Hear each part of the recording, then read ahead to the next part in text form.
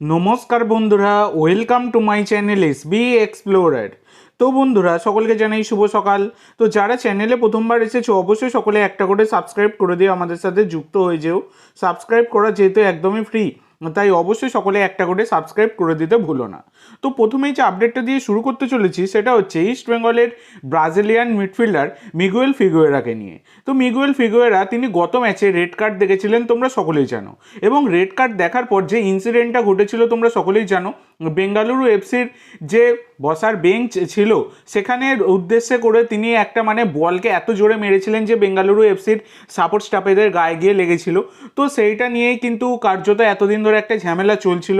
তো অবশেষে মিগুয়েল ফিগুয়েরাকে এই ধরনের কাণ্ড কারখানার জন্য তাকে কিন্তু 2 ম্যাচের জন্য সাসপেন্ড করা হয়েছে এবং 40,000 টাকা জরিমানা করা হয়েছে। তো পরবর্তী ইস্ট বেঙ্গলের যে ম্যাচগুলো রয়েছে উড়িষ্যা আর মুম্বাই, তো এই 2 ম্যাচে কিন্তু খেলতে পারবেন না মিগুয়েল ফিগুয়েরা। তো দেখো, শুধু রেড কার্ডটা থাকলে সেখানে হয়তো অন্য কিছু একটা ব্যবস্থা হলেও হতে পারতো, কারণ আমরা দেখেছি অনেক প্লেয়ারদেরই রেড কার্ড রিমুভ হয়ে ইয়েলো কার্ড দেওয়া হয়েছে অ্যাপিল করার পর। কিন্তু এক্ষেত্রে মিগুয়েল ফিগুয়েরা তিনি রেড কার্ড দেখার পর যে ধরনের ঘটনা ঘটিয়েছেন তার জন্য তো তাকে শাস্তি পেতেই হতো এবং তার জন্য 2 ম্যাচের জন্য তাকে সাসপেন্ড করা হয়েছে। তো তোমাদের এইটা নিয়ে কি মতামত অবশ্যই সকলে কমেন্ট করে জানাতে ভুলো না।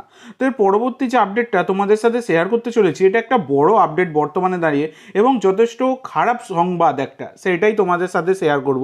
যেটা হচ্ছে গতকাল রেপ স্পোর্টস তারা দাবি করেছে যে আইএসএল থেকে নাম তুলে নিচ্ছে ইন্টার কাশি।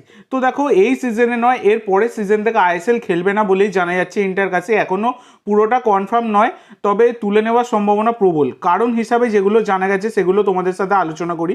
ইতিমধ্যে দাঁড়িয়ে তোমরা সকলেই জানো গত সিজনে কিন্তু চার্চিল ব্রাদার্সকে আই লিগ চ্যাম্পিয়ন ঘোষণা করা হয়েছিল, যেটা একটা অন্যায্য বিষয় ছিল, একদমই ন্যায্য ছিল না।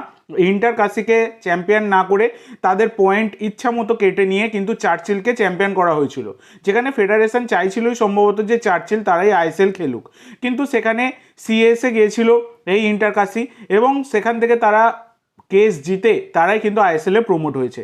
এবং তোমরা যদি বর্তমানে খবর নিয়ে দেখো তাহলে দিনের পর দিন কিন্তু ইন্টার কাশির ওপর নানান রকম কেস দিচ্ছে এই চার্চিল ব্রাদার্স, এবং সেই কেসগুলো তাদেরকে প্রায় 11টা-12টা কেস তারা কিন্তু লড়ছে। তো এইটাই ব্যাপার, একটা ফুটবল দল তাদেরকে আটকানোর জন্য কত কিছুই না করা হচ্ছে। তো ইন্টার কাশির এই লিগাল কেস সব কিছু লড়ার জন্য প্রায় 4.5 কোটি টাকার মতো তাদের ব্যয় হয়েছে এই কেসগুলো লড়বার জন্য। তো সেই কারণে তাদের কিন্তু অনেক রকম সমস্যা হচ্ছে, প্লাস এআইএফএফ থেকে কোনো রকম সাপোর্ট পাচ্ছে না ইন্টার কাশি। সেই কারণে তাদের প্লেয়ার, সাপোর্ট স্টাফ তাদের কিন্তু স্যালারি অবধি পেন্ডিং হয়ে রয়েছে। তো এগুলো খুবই একটা খারাপ জিনিস, যেটা ভারতীয় ফুটবলের জন্য। ইন্টার কাশি তাদের যথেষ্ট যোগ্য দল আইএসএল খেলার মতো। চার্চিল ব্রাদার্সের কতটা কি যোগ্যতা আছে আমার জানা নেই, কিন্তু ইন্টার কাশির যথেষ্ট যোগ্য দল তারা আইএসএল খেলবার জন্য। তো তারা যদি সামনে সিজনের নাম তুলে নেয় খুবই খারাপ জিনিস হবে।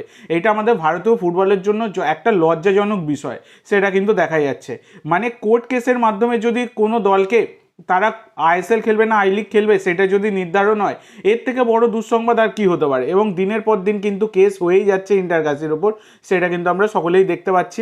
এবং সেই কারণে ইন্টার কাশি ম্যানেজমেন্ট তারাও জানিয়েছে যে আমরা যদি সাপোর্ট না পাই, তারপর 11-12টা কেস শুধু লড়তেই থাকি, তাহলে আমরা খেলবো কী করে? এটা স্বাভাবিক কথা।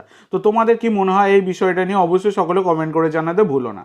তো এই পরবর্তী যে আপডেটটা তোমাদের সাথে শেয়ার করতে চলেছি সেটা হচ্ছে গতকালকে মুম্বাইয়ের সাথে বেঙ্গালুরুর ম্যাচ ছিল, যেখানে কিন্তু মুম্বাই সিটি এফসি আর বেঙ্গালুরু তারা 0-0 ড্র করেছে।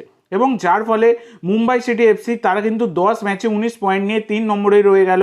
আর 1 নম্বরে মোহনবাগান 9 ম্যাচে 20 পয়েন্ট আর 10 ম্যাচে 19 পয়েন্ট নিয়ে 2 নম্বরে গোয়ায় কিন্তু রয়েছে। তো মুম্বাই সিটি মোহনবাগানকে কিন্তু সুবিধাই করে দিল, কার্যত বলা যায় মোহনবাগানের অনেকটাই সুবিধা হয়ে গেল। তো মোহনবাগানের পরবর্তী ম্যাচ কিন্তু এই এফসি গোয়ার বিরুদ্ধে রয়েছে 9ই মে। তো তখন মোহনবাগানকে জিততেই হবে এবং এই চ্যাম্পিয়নশিপের রেসে টিকে থাকবার জন্য।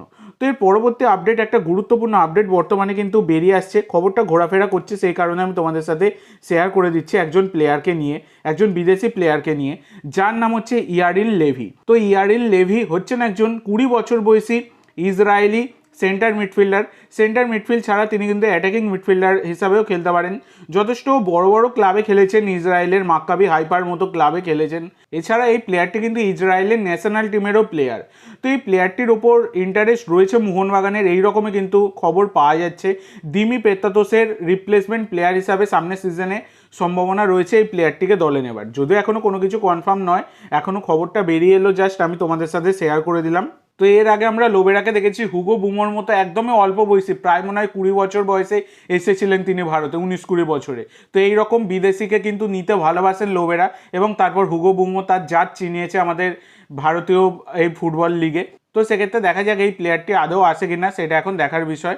তো দেখা যাক কী হয়। তো আজকের জন্য এইটুকু বন্ধুরা, ভিডিওটি ভালো লাগলে অবশ্যই লাইক করো, শেয়ার করো, আমার চ্যানেলে প্রথমবার এসে থাকলে চ্যানেলটি সাবস্ক্রাইব করো, আর কমেন্ট করে জানাও ভিডিওটি কেমন লাগলো।